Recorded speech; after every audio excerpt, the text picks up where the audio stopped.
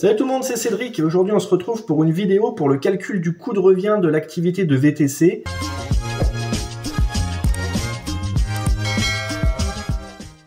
Alors même si tu es allergique aux chiffres et que les maths c'est pas ton truc, tu peux rester quand même au niveau informatique, tu vas voir, ça va pas chercher bien loin, on va faire un truc vraiment hyper simple et accessible et si tu te mets dessus une heure, t'as ton coût de revient, quoi, tu vois, même pas une heure, ça va être hyper rapide pour toi pour calculer ton coût de revient, donc reste, même si les maths c'est pas ton truc, reste.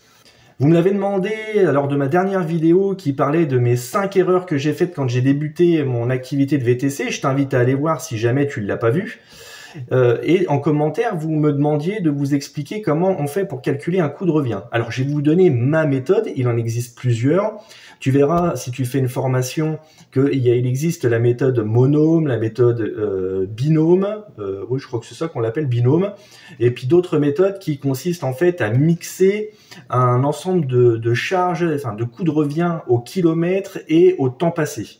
Mais pour simplifier la chose, et moi je vais te dire que c'était cette méthode-là que j'utilisais, je vais te calculer un coût de revient au kilomètre, un coût de revient approximatif, puisque effectivement tout ça va dépendre de toi en fait, ça va dépendre de tes choix, de tes charges.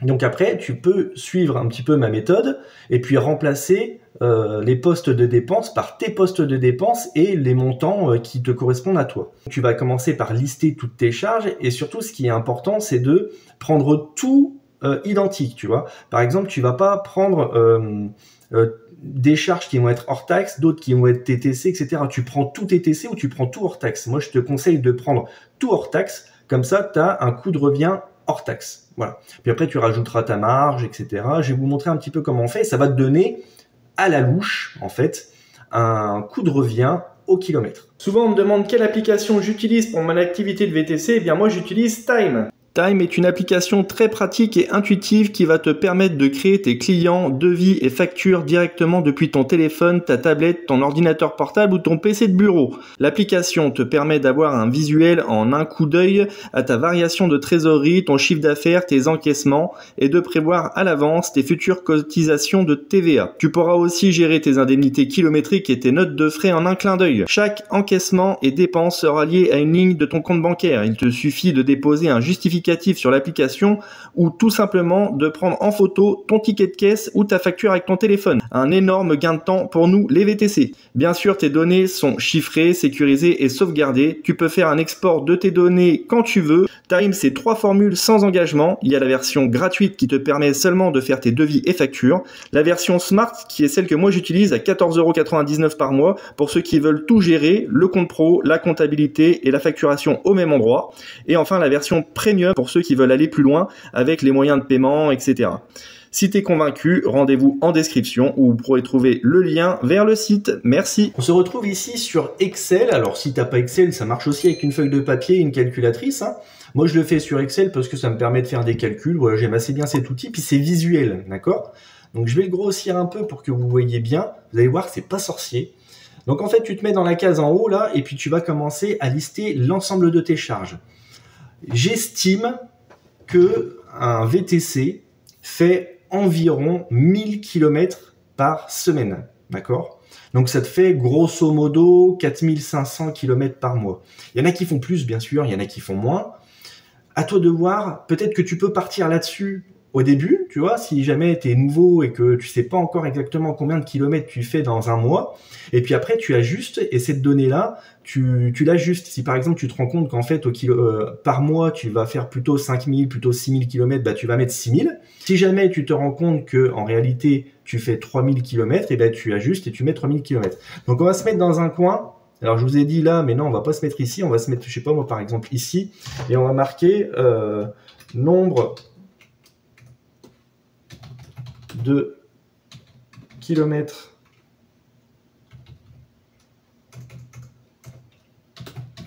mensuels, 4500. Voilà, moi j'estime que je fais 4500 km par mois. Ok? Et donc là on y va, on va mettre nos charges.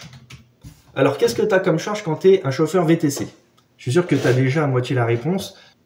Tu vas avoir besoin normalement d'un comptable, à part si tu es auto-entrepreneur où c'est pas nécessaire, mais Peut-être que tu n'auras pas cette ligne, mais en tout cas, tu as besoin d'un comptable.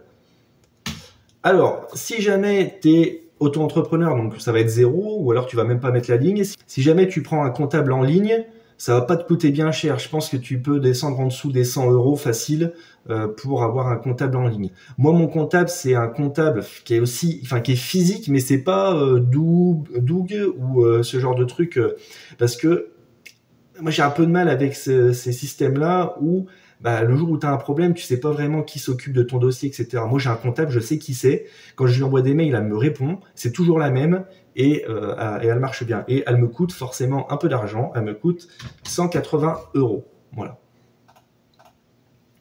Alors après, on peut se faire la critique de ouais, ça tu payes super cher, ça tu payes super pas cher, etc. Ça dépend de vous, les amis.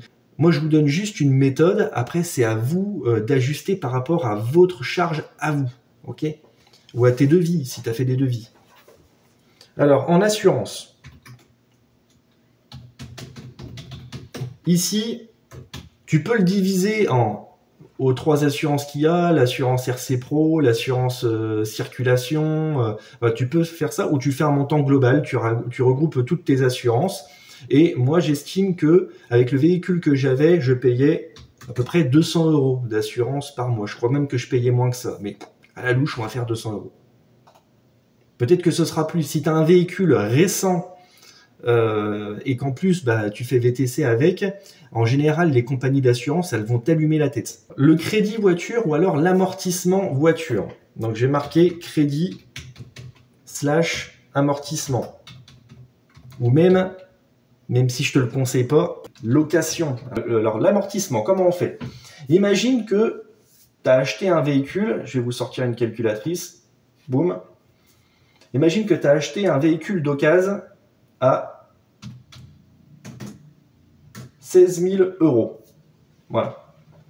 Et que ce véhicule-là, tu as l'intention de l'utiliser 4 ans. Voilà. Tu estimes que dans 4 ans, il est mort, le véhicule. Ok? Donc, tu divises par 4. Voilà. Et tu divises par 12. Tout simplement. Moi, je fais ça pour calculer. D'accord? Maintenant, moi, mon véhicule, je ne l'ai pas acheté ce prix-là. Je l'ai acheté moins cher que ça. Donc, il ne m'a pas coûté 300 € par mois. Alors, allez, on va partir là-dessus et on va faire, encore une fois, ce sont des exemples. On va mettre 330 €. Toi, si par exemple, tu as un véhicule de luxe, ça va être beaucoup plus ici. Hein. Ensuite, les provisions pour l'entretien. Les provisions sur entretien, si tu vas un petit peu sur Internet, parce que tu peux avoir des informations aussi sur Internet quant aux charges des VTC, ils te conseillent de garder à peu près 100 € de provision pour les charges d'entretien.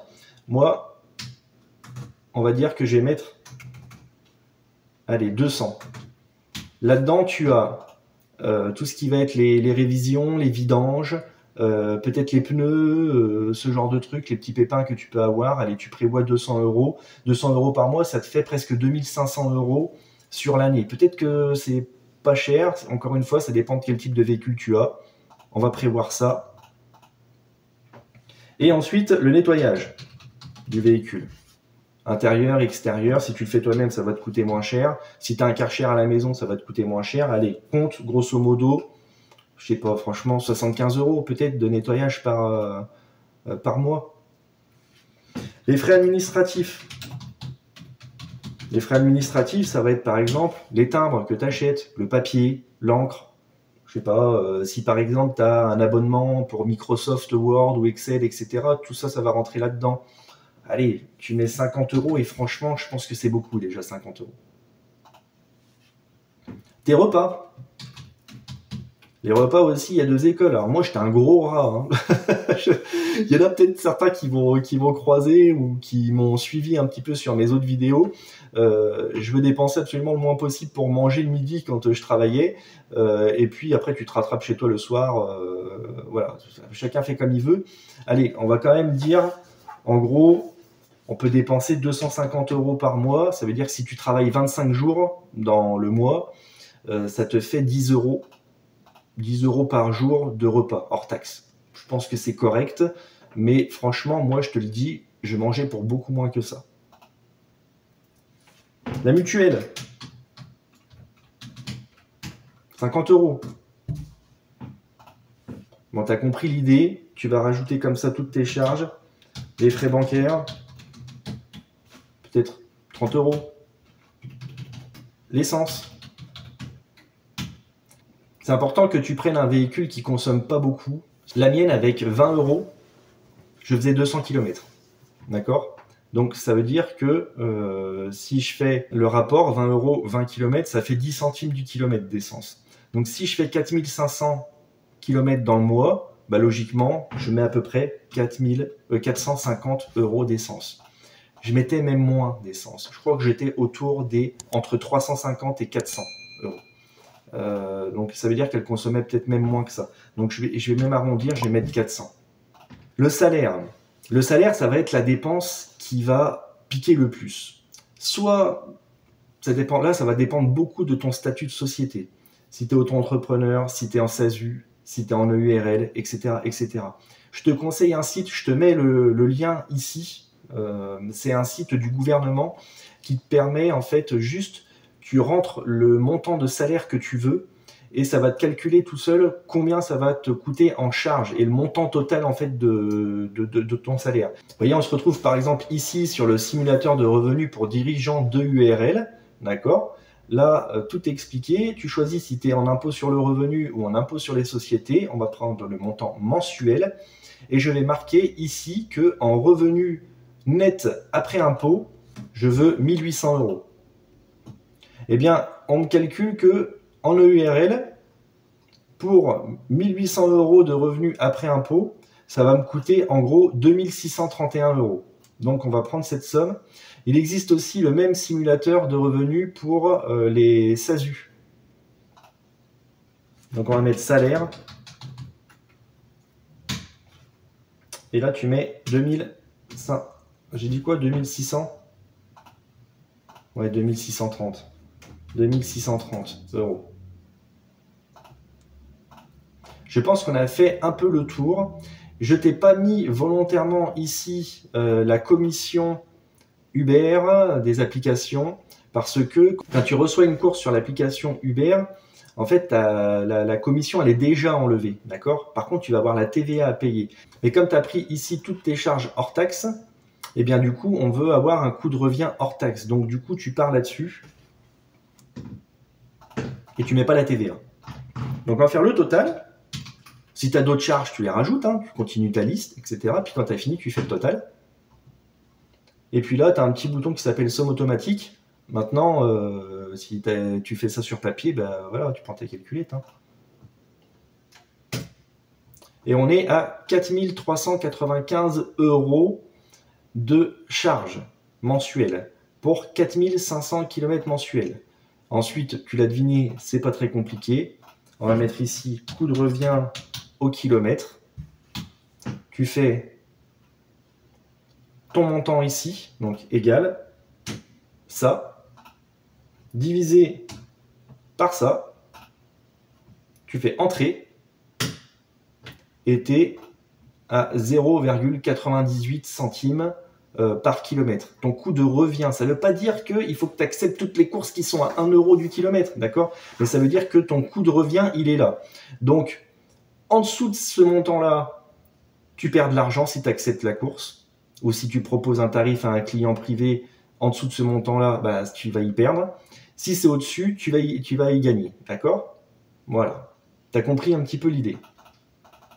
On va faire ça pour arrondir. Voilà, on est à 0,98. Mais là, tu as le coût de revient pour ta société. Mais toi, ton but quand même, c'est de payer tes charges, de payer ton salaire, et puis d'avoir quand même une petite marge sur ta société pour pouvoir compter sur des investissements, pour renouveler ton véhicule, pour tout ça. Ça aussi, on aurait pu rajouter une ligne provision pour renouvellement du véhicule. Bon, nous, on l'a mis en crédit amortissement location, d'accord, pour te rembourser en fait l'usure de ton véhicule. Mais tu pourrais gonfler un petit peu cette somme si jamais tu as l'intention de renouveler ton véhicule par un véhicule un petit peu mieux. Tu vois, tu pourrais provisionner un peu plus. Et à ce moment-là, bah, ton coût de revient par kilomètre, il va forcément être un peu plus élevé. Mais grosso modo, on part là-dessus. On va se dire qu'on veut une marge, je ne sais pas moi, de 10-15%, d'accord? Et on va partir sur 15%. Donc on va dire 15% marge.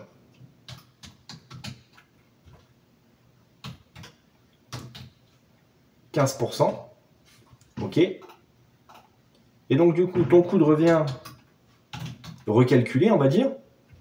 On va mettre avec la marge. Ton coût de revient, on va dire, majoré avec ta charge, ça va être égal à tes 0,98 auquel tu vas rajouter, multiplié par 1 plus ta marge. Et tu fais entrer. Et donc voilà, tu as ton joli coût de revient avec une petite marge que tu te laisses en bénéfice sur ta société à 1,12 €. Donc quand tu as un client qui commande une course sur Uber, bah voilà, tu sais, il faut que tu aies en tête que ton coût de revient par kilomètre, il est de 0,98 centimes, d'accord? Et que si ça peut être au-dessus d'1,12 €, c'est quand même bien parce que c'est ton objectif en fait de marge, ok? Mais il faut absolument pas que tu tombes en dessous de 0,98. Par contre, pour les clients privés, tu peux gonfler encore un peu plus ta marge. Tu peux te dire que pour un client privé, tu veux 1,50 € par exemple. Il y en a qui vont te dire ça sert à rien d'utiliser de partir en dessous de 2 €. Oui, peut-être qu'ils ont raison, parce que c'est vrai que là, on parle du minimum, d'accord? Disons que, on va prendre un exemple. Tu as un client qui t'appelle et il te dit, voilà, moi j'aimerais que vous m'emmeniez à la gare. Et donc, il te donne son adresse. Tu vois, il y a 15 km pour aller jusqu'à chez le client et tu as 15 km pour l'amener à la gare. Donc, ça te fait 30 km. 30 km, tu comptes le retour à vide, ça fait 60 km. 60 km, donc tu vas utiliser ton coût de revient avec ta marge que tu as décidé. Là, on va rester sur 1,12 € pour simplifier la chose.